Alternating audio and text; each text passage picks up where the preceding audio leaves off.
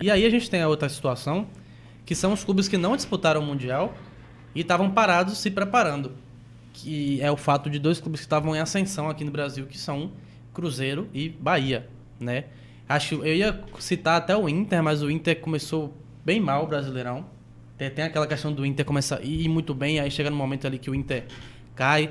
Mas acho que eu destaco hoje Palmeiras, Cruzeiro e Bahia como os times a ascenderem na competição, porque já vinham mostrando um grande futebol no futebol brasileiro como um todo, né? Sim. Acho que Cruzeiro chegou o momento que achou o seu estilo de jogo ali com um Jardim, e o Bahia já vinha encantando muita gente com um bom futebol, né? Do time de Rogério Ceni.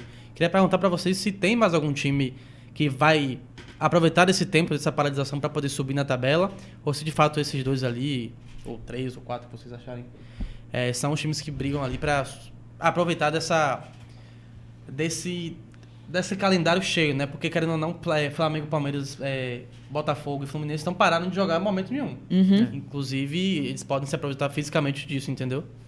Isso é Eu queria verdade. saber o que vocês pensam sobre isso, se tem times que podem chegar mais longe, além de Bahia e Cruzeiro, enfim. Eu inclusive, a princípio, eu vejo o Bahia, essa pausa, assim, pelo menos eu imagino que seja positiva para o Bahia e talvez seja um pouco negativa para o Cruzeiro, num ponto que o Cruzeiro cresceu durante a competição. A gente viu um Cruzeiro que eu, pelo menos, não esperava no início que o Cruzeiro fosse tão bem na competição. Sabia do Leonardo Jardim, que é um bom técnico, que ele poderia, né, fazer o Cruzeiro jogar um bom futebol, e tá fazendo isso, tá brigando assim, na primeira página do campeonato, no G4 ali. No caso hoje é o vice-líder, acho que... Hoje é o vice-líder. É o vice-líder. Vice-líder. É o vice-líder, se eu não me engano. Mas muito Sim, porque sim, o sim. Léo Jardim, o Cruzeiro ele chega no mercado que ele contrata vários medalhões. É. Né? Tem Fagner, tem Gabigol, tem Dudu. É. E aí o Léo Jardim ele só consegue mudar o time quando ele coloca esses medalhões pra não jogarem. É. Né? Então o Gabigol hoje é banco. Inclusive, quando ele entra, ele faz uma função que parece a que ele fazia em 2022 ali no Flamengo, que era mais de um articulador do que de um centroavante propriamente dito. Caio Jorge voando na mão bem dele. demais. Fagner não tá jogando. Hoje dos medalhões, acho que só quem joga ali é o Cássio, né? E que tá bem. Tá bem. Tá indo ali. Tá chegando bem, às vezes dá uma falhada, mas acho que ele encontrou o tom ali, né, Bia, do Cruzeiro. Acho que é o time mas acho que o time mais regular talvez seja o Bahia. Também acho. Eu acho que o Cruzeiro, pra mim, inclusive, foi uma surpresa, porque com essas contratações desses medalhões, ele foi muito questionado, né? Inclusive, eu questionei justamente por isso. Eu achava que não era tão bem por causa dos Exatamente. medalhões. Eu pensei assim, poxa, isso é cara do time que vai ser rebaixado. Isso. Demais. Parecia que eles estavam apostando em pessoas que, tipo assim, há um tempo atrás tinha dado certo em alguns clubes, e aí, vai que eles voltam no nosso apostando na história dos jogadores. Exatamente. E aí parecia que não ia dar certo, né? Mas foi justamente o que você falou. Leonardo Jardim achou um jeito de dar certo sem esses jogadores, né? Ou a maioria deles. Não é todo que o Dudu foi embora do Cruzeiro e foi jogar no Exatamente, Galo, né? exatamente. Teve essa questão aí. Eu acho que entre Cruzeiro e Bahia, o Bahia ele tem até uma expectativa maior de alcançar mais coisas nessa continuidade de temporada, né, do que o Cruzeiro. Inclusive, eu falei que eu vejo de forma diferente. Talvez seja uma ótica diferente para Bahia e para Cruzeiro. Talvez para o Cruzeiro fosse mais interessante, na minha visão, que a temporada desse continuidade, que talvez a parada possa Pode ter esfriado, né? dar uma esfriada, Tem não sei. Tem essa visão também. E no caso do Bahia, eu acho que foi importante ter a parada, porque, tipo, antes, né, teve a eliminação do Bahia na Libertadores. Foi o time que mais jogou no futebol brasileiro. Então o Bahia precisava. O time que mais jogou. Sim. Então, assim, teve uma eliminação na Libertadores. A gente sabe que no ano passado, em 2024, o Bahia fez um primeiro turno incrível no Brasileirão, brigou pela liderança.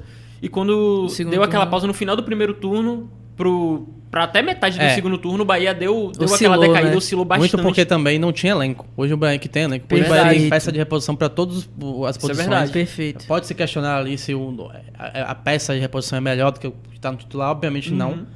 Mas é um time que tem elenco hoje. Inclusive, falando em nome, acho que o William José que foi o que terminou em alta no Bahia. Terminou fazendo gol. Sim. E existe a expectativa de que ele se recondicione fisicamente, porque ele estava num tempão parado, fisicamente não estava muito bem, apesar de fazer bons jogos. Então tem essa expectativa de ele chegar voando no Bahia. E é o que a torcida do Bahia espera, né? É bem positiva essa parada pro Bahia, né, na minha visão. Acho que o Bahia tem um tempo para descansar, como você disse, foi o time que mais jogou na temporada. Então agora tem essa pausa, tem esse descanso né, reorganizar o que tem que ser colocado em seu lugar, devido lugar. E vai voltar agora, amanhã vai jogar contra o Fortaleza, né, na Copa do Nordeste. Então, assim, é importante. Eu acho que essa parada pra dar uma energizada, dar uma segurada é muito importante. Sim. E você falou de outro time que talvez possa despontar na volta do campeonato. Talvez, na minha visão, talvez o Bragantino. Do Seabra, que tá fazendo... Acho que é o terceiro colocado. Tá em terceiro. Tá fazendo um campeonato, assim, que eu imagino... Assim, eu não imaginava, não esperava que o Bragantino fosse fazer um campeonato como tá fazendo. Inclusive, eu coloquei lá quando a gente conversando aqui nos bastidores, né? A gente... Bem antes colocou o Bragantino como favorito a ser rebaixado. Sim, né? Pelo brasileiro que fez ano passado. Fui um desses também. Eu apoiei essa ideia também. Então, mas eu acho que essa retomada do Bragantino vem muito do Seabra também. Um treinador jovem, um cara que... Foi bem no Cruzeiro, né? Acho que a torcida não teve muita paciência com ele, mas ele foi bem no Cruzeiro. Nos bastidores também, toda a questão do Pedrinho também, acabou tomando a frente ali, e eu acho que isso acaba influenciando bastante. Acabou atrapalhando um pouco o Seabra, que agora tá fazendo trabalho no Bragantino, que é um time que não tem tantas estrelas, é um time jovem, e que ele consegue fazer esse time jogar bola e tá indo bem.